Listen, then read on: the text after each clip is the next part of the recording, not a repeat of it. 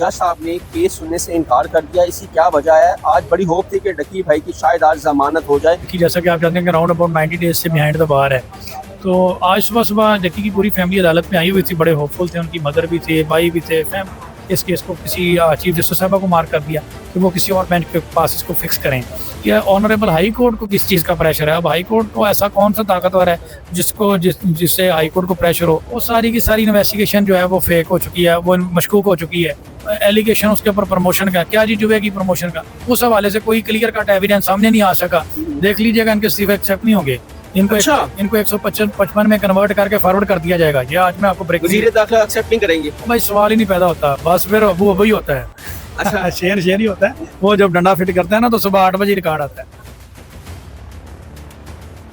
अस्सलाम वालेकुम, मेरा नाम हसन शहबाज है और आज मशहूर यूट्यूबर डकी भाई की कबल ज़मानत गिरफ्तारी की दरख्वास्त जो थी आज हाई कोर्ट में दायर थी और आज जज साहब ने केस सुनने से इनकार कर दिया। इसकी क्या वजह है? आज बड़ी होप थी कि डकी भाई की शायद आज ज़मानत हो जाए। उनकी फैमिली भी कोर्ट रूम में मौजूद थी और रामे साहब भी मौजूद थे। इनसे पूछते हैं ये सारा मामला कैसे हुआ। अस्सलाम वालेकुम। वालेकुम अस्सलाम। सर, आज डकी भाई की ज़मानत अज़ कबल गिरफ्तारी की हेडिंग थी, क्या वजह बनी? क्यों जज साहब ने केस सुनने से इनकार कर दिया? जी बहुत शुक्रिया। आज बाद अज गिरफ्तारी दोबारा थी, पोस्ट बेल थी और डकी जैसा कि आप जानते हैं कि अराउंड अबाउट 90 डेज से बिहाइंड द बार है।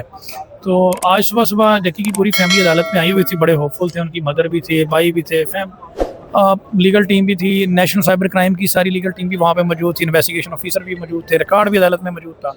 तो होपफुल थे कि इस केस के ऊपर आर्गूमेंट्स होंगे और कोई ना कोई डिसीजन आएगा। लेकिन अनफॉर्चुनेटली ऑनरेबल कोर्ट ने इसको सुनने से माजरत कर ली। उन्होंने कहा इस केस को किसी चीफ जस्टिस साहबा को मार्क कर दिया कि वो किसी और बेंच के पास इसको फिक्स करें। तो ये इस वजह से इसके ऊपर कोई फर्दर हेयरिंग नहीं हो सकी आज। अब मजीद इसको देखते हैं कि इसके बाद फिर डकी की जो लीगल टीम है, इमरान चदर साहब, उन्होंने रिक्वेस्ट की ऑनरेबल जस्टिस साहब से कि इसको आज ही किसी बेंच के पास फिक्स किया जाए। जिस पर जो है वो उन्होंने कहा कि ये मेरा प्रेरोगेटिव नहीं है, it is the prerogative of honourable chief justice. आप उनके पास पेश होकर आज ही फिक्स करवा लें, मुझे कोई नहीं उसमें। तो अब देखते हैं कि अब नया ये किस जज साहब के पास केस लगता है, उसके बाद ही फिर कुछ बात होगी। सर, आप क्या समझते हैं क्यों जज साहब ने माजरत की और आज डकी की पूरी फैमिली आई हुई थी, बड़ी होपफुल थी कि आज शायद डकी जेल से रिहा में हो जाए, लेकिन वो सारी उम्मीदों पे पानी फिर गया। अब कब डकी की जो नेक्स्ट जो हेयरिंग है वो कब लगेगी, किस जज के पास लगेगी? देखें, ये तो पॉसिबल है कि आज ही ऑनरेबल चीफ जस्टिस साहब इसको मार्क कर दें, हो सकता है कल या परसों के लिए फिक्स हो जाए, या आज ही इसको किसी कोर्ट में आफ्टर ब्रेक इसको फिक्स कर दें। ये डिपेंड करता है ऑनरेबल चीफ जस्टिस साहब पर। अब माजरत क्यों की गई है, उसकी वजूहत तो यही सामने। अब मैं इस पर क्या कह सकता हूँ? कोई ना कोई तो बैकडोर वजूहत हुई ना, जिसकी वजह से कोई मीडिया का प्रेशर हो सकता है, या फिर हाई कोर्ट को किसका प्रेशर। अब ये भी समझ से बाहर है कि ऑनरेबल हाई कोर्ट को किस चीज़ का प्रेशर है। अब हाई कोर्ट को ऐसा कौन सा ताकतवर है जिससे हाई कोर्ट को प्रेशर हो? ऐसा कोई नहीं है। ये हमें नहीं पता कि क्या वजूहत बनी है। आप भी कमर अदालत के मौजूद थे, डकी की पूरी फैमिली कमर अदालत में मौजूद थी। जब आपको ये सुन के शौक लगा कि जज साहब ने सुनने से इनकार कर दिया, और अब डकी का जो मुस्तकबिल देख रहे हैं आने वाले दिनों में, क्या क्या देख रहे हैं इसमें? देखें, जस्टिस फ़रूक हैदर साहब जो है ना, बड़े लर्नड जज हैं और बड़े कम्पिटेंट हैं। हम अक्सर इनकी अदालतों में पेश होते रहते हैं। तो मैं बड़ा होपफुल था कि इसके ऊपर बड़ा कोई प्रेसिडेंट सेट होगा, बड़ा कोई रिमार्केबल किस्म का डिसीजन आएगा। लेकिन अनफॉर्चुनेटली जब सुनने से आर्गूमेंट से पहले ही माजरत कर ली, अभी केस स्टार्ट नहीं हुआ तो ऑनरेबल जज साहब ने ऑर्डर लिखवाना शुरू कर दिया। मैं खुद बड़ा सरप्राइज़ हुआ कि ये क्या हो गया। तो उन्होंने पूछा भी कि आप इन्वेस्टिगेशन ऑफिसर हैं? उन्होंने कहा जी मैं इन्वेस्टिगेशन ऑफिसर हूँ। थोड़ी सी गुफ्तगू हुई भी, तो उसके बाद उन्होंने माजर कर ली। तो ये डकी की फैमिली तो डेफिनेटली बहुत ज़्यादा डिसअपॉइंट थी। उनकी मदर तो आलमोस्ट कह लें कि रोने वाली पोजीशन में ही थी। आप उनकी फैमिली के साथ अटैच हैं बहुत ज़्यादा, और आज हमने देखा कि आप उनके काफ़ी देर आप उनके साथ खड़े भी रहे, उनके साथ गुफ्तगू भी होती। उस गुफ्तगू में क्या हुआ, क्या उन्होंने बात की, आपने उनको क्या समझाया, ये ज़रा बताएं। मैंने तो जस्ट उनको केस के बारे में बताया, बाकी उनकी लीगल टीम देख रही थी सारे मामले। मैंने उन्हें जस्ट बताया कि आज ये हुआ है।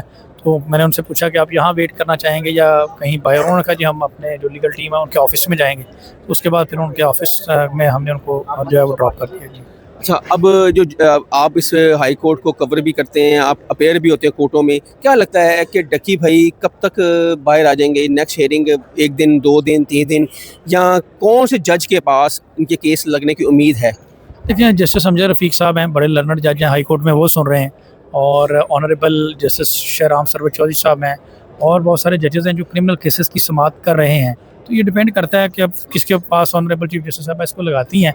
लेकिन मैं यही एक्सपेक्ट कर रहा हूँ कि यार ये केस कोई केस है ही कोई नहीं। अब इससे हम क्या बात करें? हाई प्रोफाइल केस इसको बना दिया गया इस वजह से? वो यार हाई प्रोफाइल केस तो तब होता है कि किसी सुप्रीम कोर्ट ने किसी हाई कोर्ट ने इसके ऊपर नोटिस लिया हो। इस केस में है क्या, सारे के सारे यूट्यूबर्स हैं, वो सारी की सारी इन्वेस्टिगेशन जो है वो फेक हो चुकी है, वो मशकूक हो चुकी है। ठीक है, बंदे ने 3 महीने तक जेल भी काट ली है। ठीक है, एलिगेशन उसके ऊपर प्रमोशन का, क्या जी जुबे की प्रमोशन का, उस हवाले से कोई क्लियर कट एविडेंस सामने नहीं आ सका। अब इस केस में इसकी कोई फाउंडेशन तो है कोई नहीं, कोई प्रोसिक्यूशन के पास कोई स्ट्रॉन्ग एविडेंस तो है कोई नहीं, सारा का सारा तो केस मशकूक हो चुका है। अब ऐसी सूरत हाल में जो ऑफेंसेस लगे हैं वो भी कोई हीनियस नेचर का ऑफेंस नहीं है।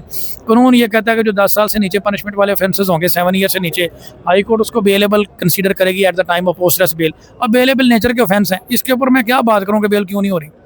अच्छा सर, डक्की को पूरी टीम जो गिरफ्तार किया था वो तो अब जेल में है, डक्की के हम नेबर बन गए हैं, क्या लगता है इसका केस और कमज़ोर हो गया, डक्की को ये फेवर मिलेगी, इस वजह से डक्की की ज़मानत अब हो जाएगी और हम डक्की को बहुत जल्द बाहर देखेंगे?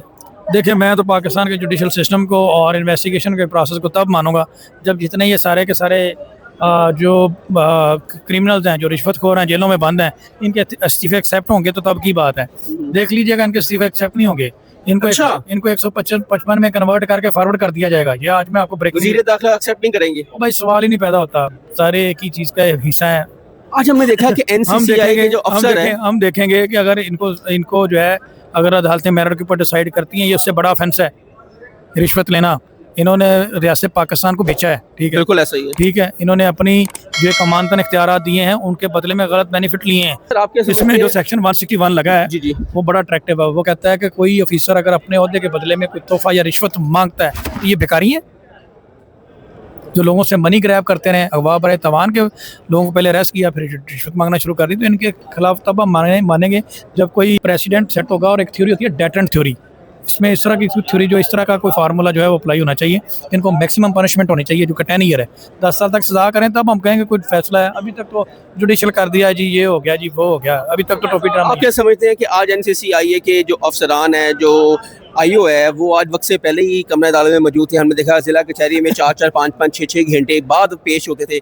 ये क्या आप कहते हैं? ये तो डिपेंड करता है यार जजेस की अपनी क्रेडिबिलिटी के ऊपर। ठीक है, कि अदालत ऑर्डर करती है कि ठीक है कि आपने 8 बजे रिकॉर्ड लेकर आना है, वो 12 बजे है, वो क्या नवाब है? वो क्यों 12 बजे? आपने देखा जिला कचहरी में जी, वो लेट, उसने कोर्ट की प्रोसीडिंग रुकवा दी। देखा क्या, कोर्ट की प्रोसीडिंग रुकवा दी, अगले तारीख डालनी पड़ गई। और हाई कोर्ट में आज पहले बैठे थे। बस फिर वो वही होता है। अच्छा, शेर ही होता है वो, जब डंडा फिट करता है ना तो सुबह 8 बजे रिकॉर्ड आता है। नाज़रीन, ये थे फयाज रामे और इस केस को वो बहुत ही करीब से देख रहे हैं और डक्की की फैमिली के साथ भी बहुत ज़्यादा अटैच हैं। और आज बड़ी होप थी डक्की की फैमिली को कि आज सादुर रहमान अल मरूफ डक्की भाई जेल से रिहा हो जाएंगे। ये पूरी उम्मीद थी पूरी फैमिली कोर्ट के अंदर भी मौजूद थी, लेकिन तब उनको मायूसी हुई जब जज साहब ने कहा मैं इस केस को नहीं सुनूंगा। हसन शहबाज कमेंट सेक्शन आपके लिए राय का इज़हार ज़रूर कीजिएगा। तब तक के लिए अल्लाह हाफ़िज़।